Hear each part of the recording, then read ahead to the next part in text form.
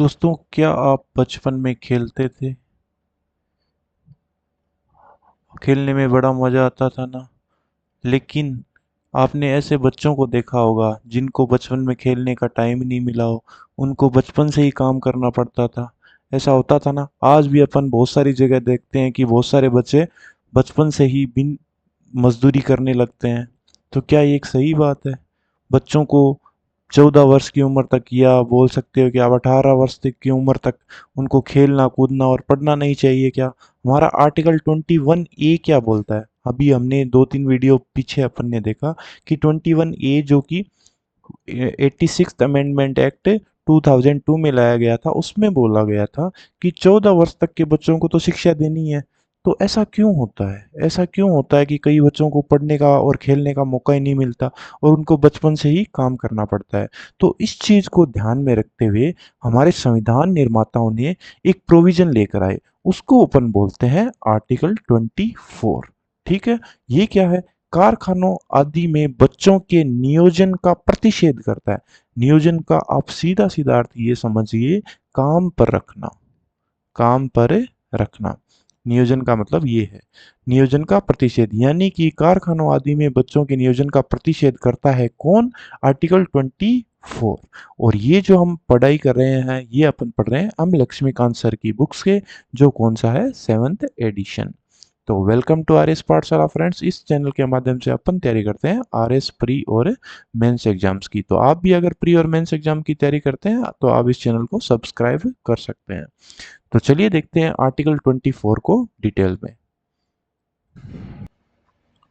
तो चलिए अब देखते हैं अपन आर्टिकल 24 को डिटेल में। तो हमारे आर्टिकल 24 जो मूल कॉन्स्टिट्यूशन में था, जो मूल संविधान में था, उसकी हेडिंग है कारखानों आदि में बच्चों के नियोजन का प्रतिषेध, है ना। कारखानों आदि में बच्चों के नियोजन का प्रतिषेध। नियोजन का मैंने आपको मतलब बता दिया, काम पर रखना। प्रतिषेध मतलब मनाही, सिंपल शब्दों में। अब देखो, हमारे कॉन्स्टिट्यूशन में ये बोला गया आर्टिकल 24 के तहत कि बच्चों को, बच्चों का मतलब यहाँ यहाँ पर बच्चों का मतलब क्या है? 0 से 14 वर्ष तक।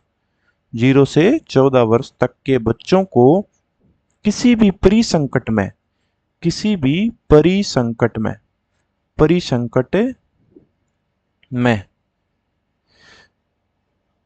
कार्य में नियोजित नहीं किया जा सकता। परिसंकट में का मतलब जिसमें खतरा हो, जिसमें खतरा हो, जैसे कोई कारखाना हुआ, जैसे रेलवे हुआ, जैसे कोई फैक्ट्री हुई, है ना। तो ऐसे कामों पर बच्चों का नियोजन प्रतिषेध है। किसके तहत? आर्टिकल 24 के तहत, जो मूल कॉन्स्टिट्यूशन में था। लेकिन मूल कॉन्स्टिट्यूशन में ऐसा नहीं लिखा हुआ था कि बच्चों को कोई भी काम नहीं दिया जा सकता। इसमें ऐसा लिखा हुआ था कि नुकसान न पहुंचाने वाले, नुकसान न पहुंचाने वाले कार्यों में बच्चों को नियोजित किया जा सकता है। तो मोटा मोटी बात ये थी कि हमारा जो मूल कॉन्स्टिट्यूशन था, उसमें बोला कि 0 से 14 वर्ष के बच्चों का नियोजन तो किया जा सकता है काम में, लेकिन कौन से कामों में नियोजन किया जा सकता है? जिसमें नुकसान नहीं पहुंचाने का या खतरा नहीं हो, जोखिम भरे कार्य नहीं हो, आसान कार्य हो, वहां पर आप बच्चों को नियोजित कर सकते हैं। लेकिन आप ऐसे कार्यों पर 0 से 14 वर्ष तक के बच्चों को नियोजित नहीं कर सकते जहां पर खतरा हो, जैसे कोई फैक्ट्री हो गई, कोई खान हो गई, जैसे रेलवे हो गया, है ना। तो ऐसी जगहों पर आप बच्चों का नियोजन नहीं कर सकते। दूसरी बात ये कि भाई, कॉन्स्टिट्यूशन में तो लिख दिया, लेकिन ये लागू कैसे किया गया? मैंने जब आपको मूल अधिकारों की विशेषताएं बताई थी ना, तो मैंने आपको एक चीज बताई थी कि क्या, कि जो मूल अधिकार होते हैं, जो कुछ मूल अधिकार तो स्वयं परिवर्तित होते हैं, सेल्फ एनफोर्सिएबल होते हैं, लेकिन कुछ को कानून से परिवर्तित किया जाता है। तो ये कानून से परिवर्तित होने वाला आर्टिकल है। तो इसके लिए कौन सा कानून लाया गया? इसके लिए जो सबसे मेन कानून है, वो है 1986 में लाया गया, और इसको बोलते हैं बाल श्रम, बाल श्रम प्रतिषेध एवं नियमन अधिनियम, है ना। बाल श्रम प्रतिषेध एवं नियमन अधिनियम। तो इसमें ऐसे प्रोविजन लिखे गए हैं जो 0 से 14 वर्ष तक के बच्चों को नियोजन करने का प्रतिषेध करते हैं। कहाँ पर? खतरे भरे कार्यों में। और नियमन करने का कार्य करता है कहाँ पर? जहां आसान कार्य हो, है ना। तो ये है हमारा आर्टिकल 24। अब क्या हुआ देखो, इसमें महत्वपूर्ण बदलाव आया। कब? इसमें महत्व ये आया 2006 में। 2006 में क्या हुआ, सरकार ने 2000 ये आया जो परिवर्तन हुआ ना, मूल परिवर्तन 2006 में। ये क्या हुआ कि सरकार ने क्या किया कि 0 से 14 वर्ष तक के बच्चों को घरेलू नौकरों, चाय की दुकानों, स्पा सैलूनों आदि सभी जगह काम करने पर प्रतिबंध लगा दिया, है ना। तो पहले जो हमारी व्यवस्था थी ना कि 0 से 14 वर्ष तक के बच्चों को ऐसे कार्यों में नियोजित किया जा सकता है जिसमें खतरा न हो, तो वो यहाँ पर कानून बदल दिया गया। अब 0 से 14 वर्ष तक के बच्चों को कोई भी काम पर नहीं लगाएगा, ऐसी व्यवस्था कर दी गई। इस प्रकार मूल कॉन्स्टिट्यूशन में जो बात थी ना, वो यहाँ पर चेंज हो गई। कब? 2006 में। 2006 में।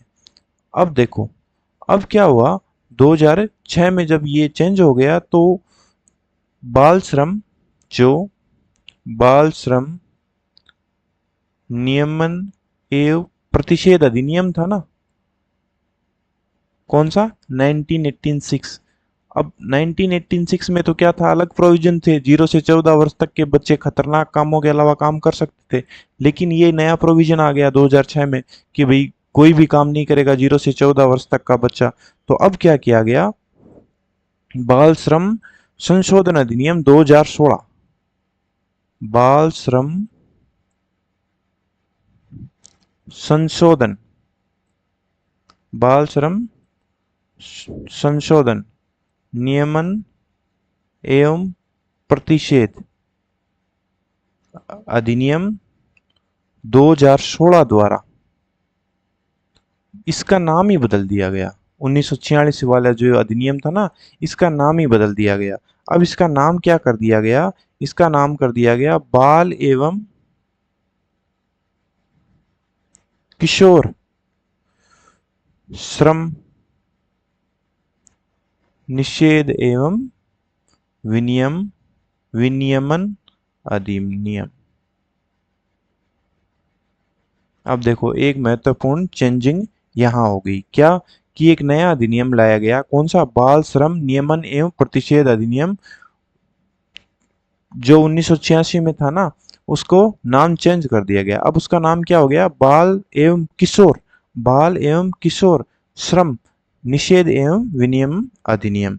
क्योंकि अब इसमें है ना, 0 से 14 से 18 वर्ष तक के बच्चों को भी नियोजित करने पर कुछ शर्तें थोप दी गई, है ना। पहले तो ये चेंज कर दिया कि 0 से 14 वर्ष तक के बच्चे तो कुछ करेंगे नहीं।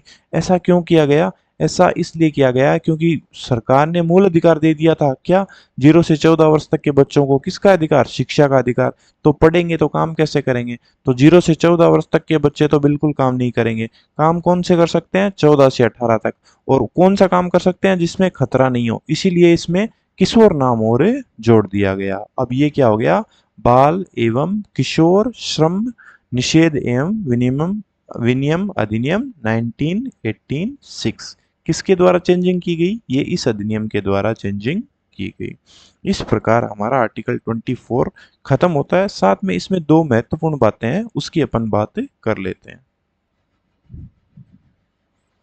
अब इसमें जो दो महत्वपूर्ण बातें हैं वो ये है कि एक तो 1996 में सुप्रीम कोर्ट ने क्या किया, बालकों के लिए बाल श्रम पुनर्वास, बाल श्रम पुनर्वास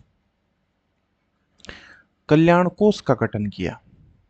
ये किस लिए गठित किया गया था? ताकि बालकों को जो जो जिनको काम करना पड़ता है उनका पुनर्वास किया जाए, या इनको इकोनॉमिकली हेल्थ की जाए, या उनकी शिक्षा, स्वास्थ्य और पोषण में सुधार करने का काम किया जाए। तो इसके तहत क्या किया गया, सुप्रीम कोर्ट ने बोला कि जो भी बालकों को नियोजित करता है, अब ये कब की बात है देखो, 1996 की है ना, और बालकों का नियोजन बंद कब हुआ? 2006 में, 0 से 14 वर्ष तक का। तो 1916 की बात है ये बात आप ध्यान रखना। तो इसमें क्या कोर्ट ने बोला कि जो बालकों को नियोजित करता है ना, उसको प्रति बालक क्या करना पड़ेगा? 20,000 रुपये देने पड़ेंगे। 20,000 रुपये देने पड़ेंगे। और ये रुपए किस काम में आएंगे? ये बच्चों की शिक्षा, स्वास्थ्य और पोषण में सुधार करने के काम आएंगे। और ऐसा निर्देश किसने दिया? ऐसा निर्देश दिया सुप्रीम कोर्ट ऑफ इंडिया ने, है ना। ये तो पहली इंपॉर्टेंट बात होगी कि 1996 में सुप्रीम कोर्ट ने क्या किया? बाल श्रम पुनर्वास कल्याण कोष की स्थापना की, जिसके अंतर्गत बालकों को नियोजित करने वाले को प्रति बालक कितने रुपए देने होंगे? 20,000 रुपये, ठीक है। और सुप्रीम कोर्ट ने निर्देश दिया कि बालकों की शिक्षा, स्वास्थ्य और पोषण में सुधार किया जाए, ठीक है। ये पहली बात। दूसरी बात ये थी कि 2005 में 2005 में एक अधिनियम आया, उसका नाम था बालक अधिकार संरक्षण बालक अधिकार संरक्षण आयोग अधिनियम 2005। अब देखो नाम से ही क्लियर हो रहा है, क्या क्लियर हो रहा है कि बालक अधिकार संरक्षण आयोग अधिनियम, यानी बालकों के अधिकार का संरक्षण किया जाएगा, है ना। तो इस अधिनियम के तहत क्या किया गया? इस अधिनियम के तहत एक राष्ट्रीय आयोग, बालकों के लिए एक तो राष्ट्रीय आयोग और राज्य आयोगों का गठन किया गया। राज्य आयोगों का गठन किया गया। और इन आयोगों में क्या होता था? इन आयोगों में बालकों के विरुद्ध अपराध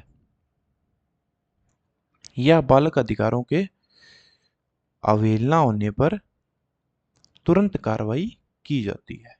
तुरंत कार्रवाई की जाती है। इस प्रकार ये दो इंपॉर्टेंट बातें हमारे आर्टिकल 24 के अंतर्गत है। तो अब अपन इसका एक बार क्विक रिवीजन कर लेते हैं, उसके बाद वीडियो खत्म करेंगे। देखिए सबसे पहले तो क्या है, 1 सेकेंड। सबसे पहले तो कि बच्चों को काम करना नहीं पड़े, इसके लिए हमारे जो संविधान निर्मात्री सभा है, उन्होंने आर्टिकल 24 का प्रोविजन किया। आर्टिकल 24 में क्या बोला गया कि बच्चों को हजार्डस कामों या परिसंकटमय कामों या जिन कामों में खतरा हो, उन कामों में 0 से 14 साल तक के बच्चों को नियोजित नहीं किया जाएगा, यानी कि ऐसे कामों पर नहीं रखा जाएगा जहां पर खतरा हो, और बाकी कामों पे आप रख सकते हो। ये हमारे मूल कॉन्स्टिट्यूशन में बोला गया है ना। उसके बाद क्या हुआ? उसके बाद अपन ने देखा कि मूल कॉन्स्टिट्यूशन में ये बोल दिया कि बच्चों को 0 से 14 वर्ष तक को किसी भी परिसंकट में काम में नियोजित नहीं किया जा सकता। जैसे आप कारखाना, रेलवे, फैक्ट्री, ऐसे कोई भी काम हो सकता है जिसमें खतरा हो, और नुकसान न पहुंचाने वाले में नियोजित किया जा सकता है ना। फिर फिर अब ये जो आर्टिकल है 24, ये क्या है? स्वयं परिवर्तित नहीं होता। स्वयं परिवर्तित नहीं होता। जैसे आर्टिकल 14 होता है ना, equality before law, equal protection law of law, उसके लिए अलग से कोई कानून नहीं बनाया गया, लेकिन इसके लिए एक अलग से कानून बनाना पड़ता है। इसीलिए इसको बोलते हैं स्वयं परिवर्तित नहीं होता है, इसको परिवर्तित किया जाता है कानून के द्वारा। और वो कानून क्या आया? वो कानून था बाल श्रम प्रतिषेध एवं नियमन अधिनियम 1986। मेन ये है, इसमें सबसे मेन यही था, है ना। बाल श्रम प्रतिषेध एवं नियमन अधिनियम 1986, इसमें प्रोविजन किए गए कि ये सारी चीजें फॉलो हो, है ना, जो हमारे संविधान निर्मात्री सभा ने बोला ना, वो फॉलो हो। उसके बाद अपन ने देखा किसमें एक इम्पोर्टेंट ट्विस्ट आया, कब? 2006 में। 2006 में गवर्नमेंट ने क्या बोल दिया कि 0 से 14 साल तक के बच्चे कोई भी काम नहीं करेंगे, चाहे घरेलू, चाहे खतरनाक हो, चाहे मत हो। वो क्या करेंगे? खाली पढ़ाई करेंगे। वो क्या करेंगे? खाली पढ़ाई करेंगे। क्योंकि संसद ने उनको दे दिया क्या? Right to education. Right to education कब दिया गया? ये 86th अमेंडमेंट में उनको दे दिया गया। तो अब 0 से 14 साल के बच्चे खाली पढ़ाई करेंगे, है ना। दूसरी बात ये हुई कि एक अधिनियम आया बाल श्रम संशोधन अधिनियम, बाल श्रम संशोधन अधिनियम 2016।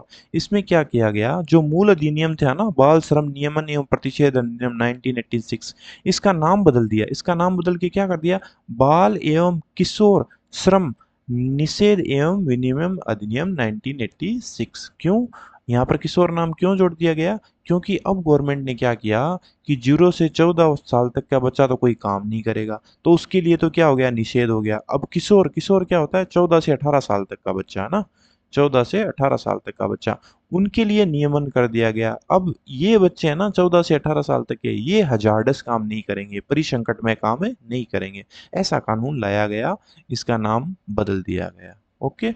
और फिर अपन ने लास्ट में देखा कि आर्टिकल 24 से संबंधित दो इंपॉर्टेंट बातें हैं।